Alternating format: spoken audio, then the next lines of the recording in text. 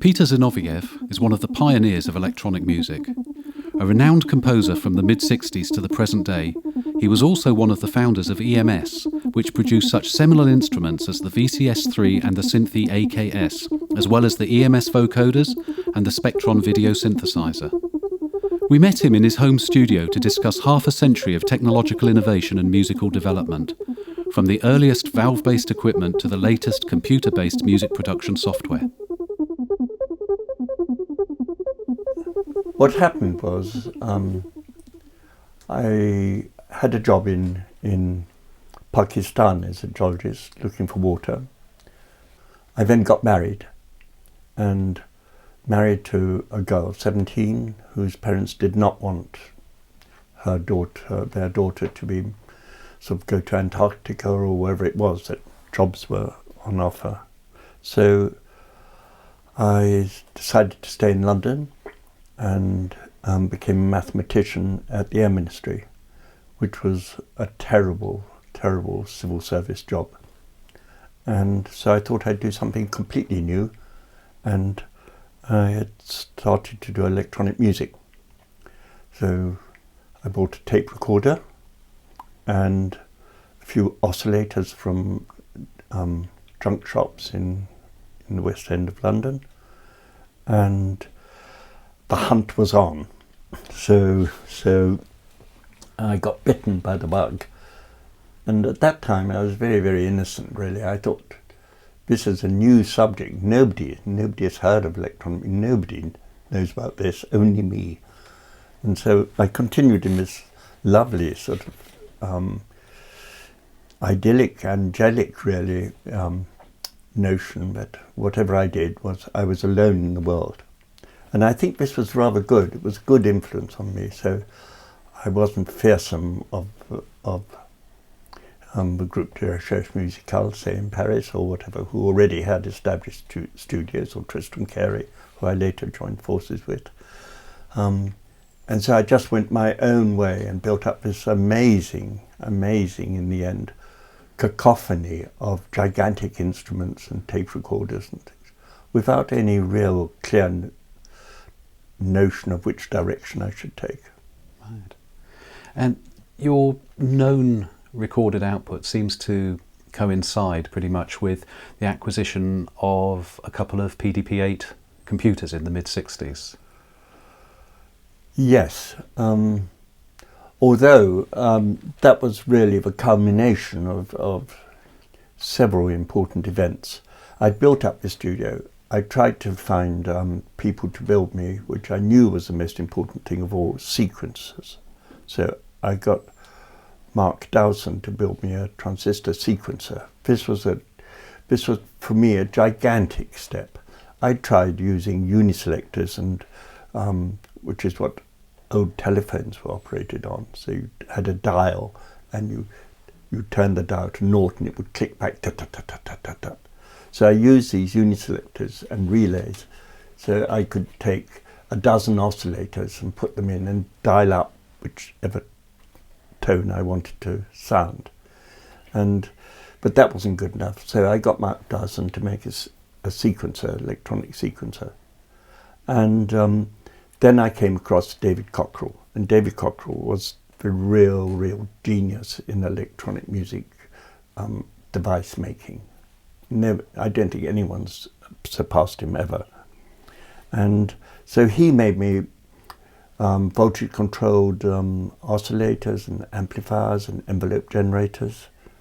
And then one day he sort of said, that's enough. It's ridiculous. You can't have all these wires just connecting these things with leads and pins. And what you need is a proper controller. You don't need a sequencer, you need a computer.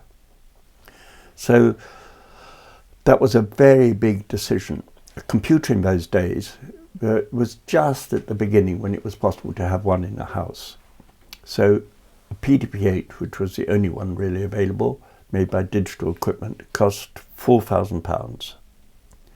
And if you multiply that by, say, 20, that's £80,000 now. So it was a really gigantic change in my life from being a hobby This now had to be a very serious endeavour indeed to invest that amount of money. So that's how I got my first computer. Do you know what those computers were originally designed for, what they were used for? Yeah, they were designed for exactly the same thing as I wanted, process control. So they were designed in canning factories or whatever it was to take a complicated series of processes. It could be by moving robotic arms, or it could be by sending signals, or it could be even sending spoken commands. But whatever it was a series, a sequence of commands. And that's what I wanted. I wanted a sequence of commands to oscillators, amplifiers, and whatever. I've got this lovely story of, with my PDP-8, it was very difficult to get random numbers. You could generate them mathematically, but you would always hear some notes coming back if you controlled an oscillator. So they weren't really random. So David Cockerell designed me one, which was my luminous watch, and analysing the radioactivity which it gave off, and getting true randomness through a Geiger counter and a time analyzer of the pulses. And this gave you true random generator, and that's what I used all the time to generate random numbers. And now, of course, I can get very good numbers from the web generated for me and for my compositions. That's remarkable. So Schrödinger's cat and musical composition in one. So obviously the outlay for this pair of computers, as you say, it turned it from a hobby into something that had to be serious. How did it drive forward both the rest of the equipment in the studio and your compositions? Well, the rest of the equipment, it was obvious. With a computer, I could have many more than a few, or 5 or 6 or whatever it was, oscillators. So David said, now you've got a computer, what about 186 oscillators? So he built a gigantic bank of oscillators, which was easy to control from a computer. He also built a bank of 64 filters, which could analyze any sound going in and give a digital spectrum of a sound, which could then be replayed by making those same filters oscillators. And so there was an in-out flow of sound, which is quite similar to how I work now, but in a more sophisticated way. So did you couple that with what we would now think of as envelopes, of contour generators to shape sounds, or was it more organ-shaped? No, there were envelope generators, so there were probably 20 or so ADSR envelopes. Yeah. Yep. So at that point you could construct pieces in terms of pitch and timbre and the shapes of notes, durations, timings. And filtering. And the exactly, filtering. Yeah. That was around about 1966, as I understand. Yes. Yeah. But I think it's gone on record that the studio was becoming expensive to run at that point. And, exactly. My understanding is that EMS came about as a result of trying to fund the studio. It was, because people were getting very interested in electronic music. I mean, for instance, I put on a series of concerts at the Queen Elizabeth Hall in London, which holds 1,300 people. And each year we had to turn people away. They were lovely concerts, nice programmes, but of contemporary electronic music. And so there was a great interest in Britain. And so we thought if we made a small electronic music studio, self-contained studio, then that might sell. So together we designed the VCS3. That was Tristram Carey who made the box, David Cockerell the inside, and I designed the concept of what modules should be there. And how I did that was to say, if only I could have found this right at the beginning, instead of these gigantic oscillators, these huge thousands of miles and endless plugs which I'd had to badly solder because I'm hopeless at soldering. And yet I'd made this gigantic, ridiculous looking studio now when I look at photographs of it. If only I'd had a VCS3, that's what I thought. Well, obviously the design decisions worked because it became hugely successful. But did you find that that was a distraction to your studio work and your composition? It must have been, and I admit that really I hated anything to do with the commercial side. It was quite fun when people came to lunch or bought the things, and you met new and interesting people, especially in the pop world. Well, no, in the serious electronic music world too, and in the serious music world. I mean, for instance, I formed a great friendship with Harrison Birtwistle and with Hans Werner Henze, and did a large number of compositions with them. And that was a side of music which interested me most, and still does. It could be called classical electronic music, if you like, or serious electronic music rather than pop. Mm. So the photographs of the studio as it developed through the early 70s are, I think, very famous.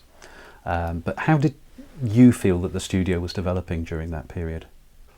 Well, it was my life. And also it was my practical life. So every week it would change, and I'd be lifting this great machinery or wiring it up or worrying about things failing and also designing. It was very luxurious in the end, because it started as a bunker over the Thames where I lived in Deodar Road in London, and then we moved it into the house, and so it occupied the bottom of the house, and then we bought the house next door, so it was two houses, and so one half of the basement was the studio and the other half was a wonderful listening room where it was like a little theatre with arrays of carpeted seats and it was 4-channel, and I could remote control everything in the studio. It was soundproof, everything in the studio from there. Indeed, David Cockrell made me a console which I could control every aspect of the computer studio from a mile away. And just with headphones, I wish I had something like that now.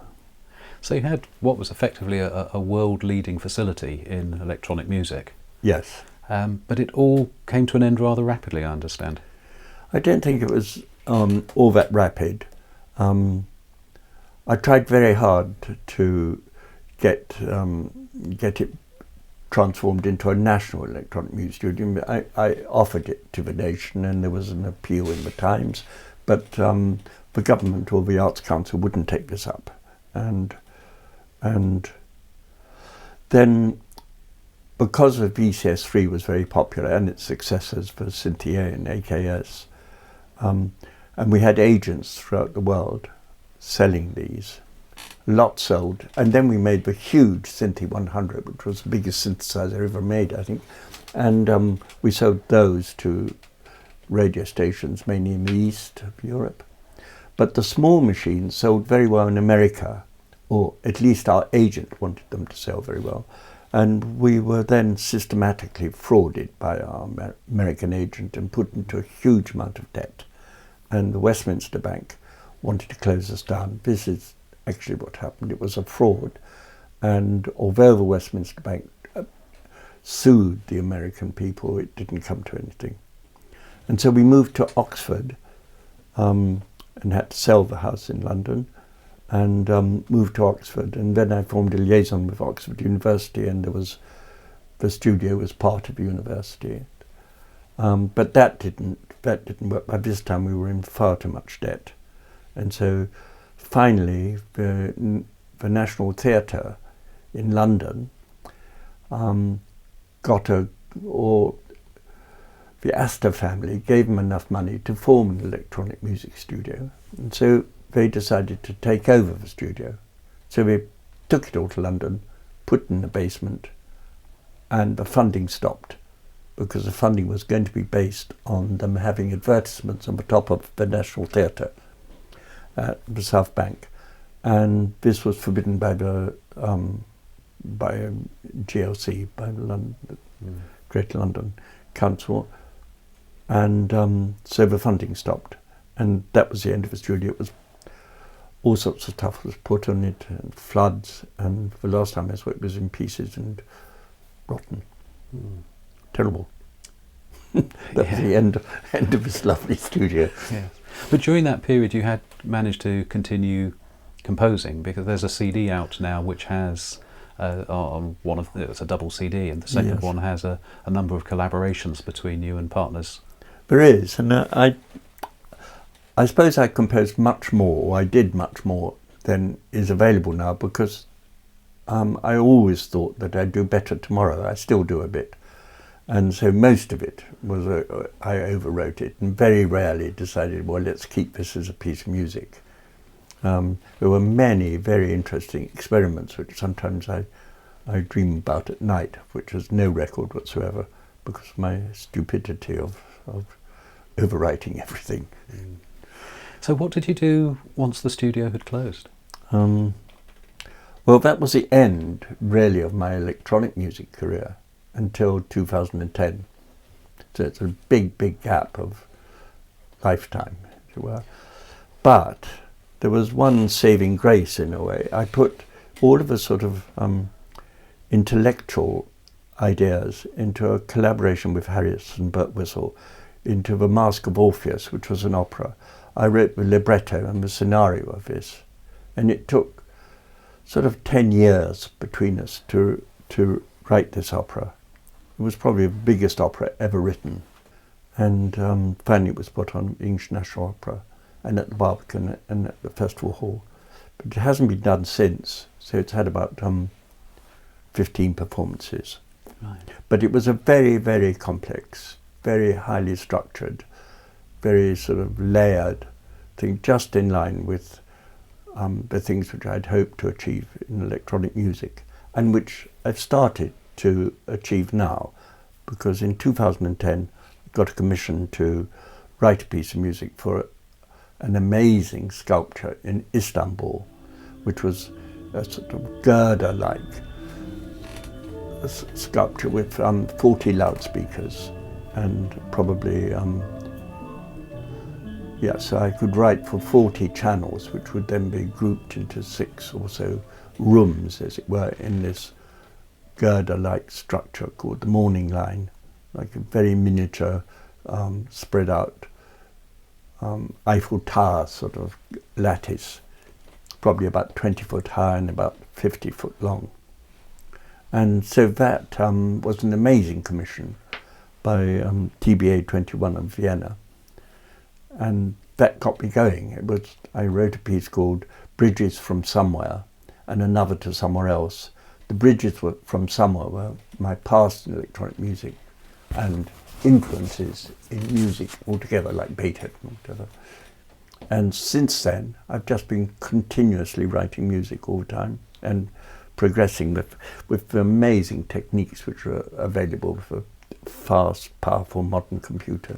I was wondering about that, because during that 30-odd year hiatus, the world caught up with a lot of the things that you'd been doing in the late 60s and the early 70s. Yes. How did you feel about that? Because I don't think the world was quite aware of what you'd achieved beforehand. Well, I don't know I never thought about that aspect. But I did dabble in the middle. I had 1 or 2 commissions from Clive Sinclair, for instance, and I had a grand piano which had solenoids put under each key.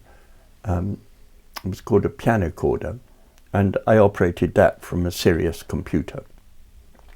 So I did keep flirting into, but that wasn't really computer music. That was computer control.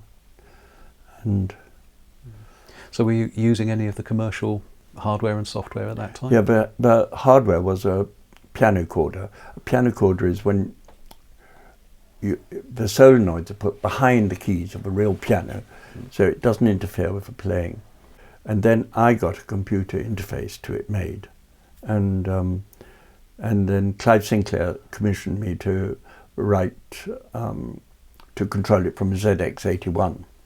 So I filled up a ZX81 with the code to do Rachmaninoff variations for his birthday, and that was a very, I feel that was a good achievement. You managed to get that into a 16K RAM pack. I did. It was, but it was I was pleased with it because I filled it up, and it was all handwritten pencil in BASIC, so that was a very good programming experience for me.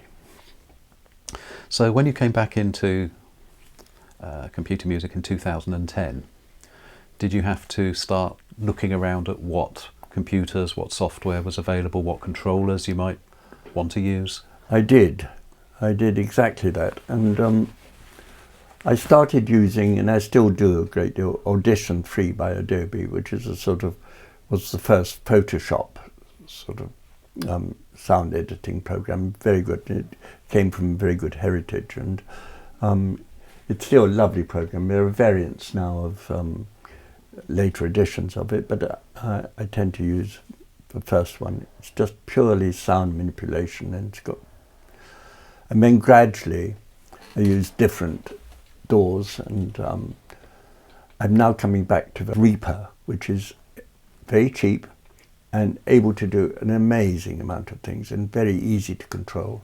And then I use score writing programs such as Sibelius and especially Notion, which I like very much. It's easy for me to control, and use that to interface with Contact is my favorite instrument. But what I do, how I work is exactly like I tried to work then. Is in the EMS days I had this ambition that I had a turntable with a Mozart piano sonata playing on it. And I would play this through the filter bank and then play back through loudspeakers the best possible reproduction what I could have. But it never quite sounded the same. There were only 64 filters, and then I tried using FFT machines, but they were based on a linear scale rather than a logarithmic one, and it was impossible still to ever get the same output as I was putting in. But now, of course, I can. So now I work by sampling. And I love working with musicians, such as I worked with 2 violin concertos with Aisha Rozbayeva. Now I'm working with Lucy Railton on a cello concerto, and it's lovely. I get the samples in and I can adapt them and then play them on multi-channel and then have a soloist playing against them. It's really very pure and lovely, exactly as I would have liked to have done so many years ago. It's fascinating that you like the earlier versions of certain packages. Is that because you feel that too much has been thrown into each nowadays? I don't know if it's too much thrown in. It's just, I suppose, having got used to the drop downs and to the visual way of it and the simplicity of it. I think that the newer versions of the DAWs, I don't use MIDI except to try and, I sometimes use MIDI to try and interpret what frequencies are in a score. So it's quite nice to have a visual representation by doing it, an audio to MIDI interpretation. But I don't use MIDI as an output. So a lot of these DAWs are very much geared towards pop music and MIDI. And so I prefer ones which deal with a rough waveform. So nowadays you've got all of this power at your disposal. You can create and shape and craft sounds in ways that maybe not unimaginable in the 60s, but certainly at the very limit of what I think they were unimaginable. Unimaginable. A lot of sort of filters and the control of pitch and time and you know, the great variety of VSTs which are available. And it's not easy, though. It's not, you know, you can't just have a computer and then manufacture endless endless electronic music, but actually taming the interface of all of these things is very complex. And something like everybody uses Contact, Native Instrument Contact, but inside Contact, it's amazing what you can do. You can write scripts for it, you can get it to do an incredible array of different things, in fact endless. And it's a learning process which can go on forever. So with all of that power at your disposal, are there still things that you can hear in your head that you can't realise? Well, the important thing is there's two things. The first important thing that unfortunately all has to come out of loudspeakers, and this is tragic. You know, here you have these ghastly bits of equipment, heavy and directional, and that's where the sound comes. And the second thing, the second tragedy is that you can't put your hands in the computer and squeeze and touch. You're limited by rather terrible interfaces, whether it's a ASCII keyboard, whether it's a mouse, whether it's a pianistic type keyboard, or whether it's touch pads. You're very limited of how you can physically, as a person, control the sounds to come out. There's nothing like the sort of subtlety of a person who plays an instrument. And this is going to be the great big new revolution. There are various things coming out now and will in the next few years, like a lovely touch instrument called La Touche in France, where you can slide your hand, push and pull, but otherwise that's the thing. And then the end of loudspeakers. And so we have three-dimensional sound in the air around us. This is the next great thing. I can certainly conceive of the development of better controllers, and that might be the thrust over the next few years. In terms of the sound generation, you're talking about doing that without conventional speaker type technology. There must be a better way. Must be a better way. If you enjoyed this video, please subscribe to the Sound on Sound YouTube channel. For even more content each month, you can also subscribe to the magazine in print, on the web or on tablet. Thanks for watching.